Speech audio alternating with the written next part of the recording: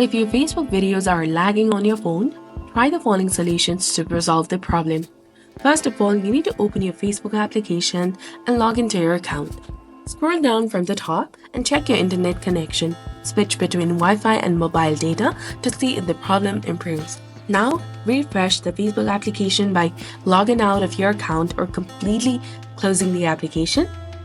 Then tap on Hold the application and tap on eye icon in the top. Scroll down and go to Storage and then click on Clear Cache. For iPhone, you can try uninstalling and reinstalling the app to clear the cache. Tap on the three lines in the top right corner to access your menu. From here, scroll down and you will see the option of Data Saver, that is between language and clear space. Toggle the switch on and this will lower your video quality and fix the video lag and increase the performance. After that, try updating the Facebook application. Go to Play Store or App Store, search for Facebook and make sure that it's updated to its latest version.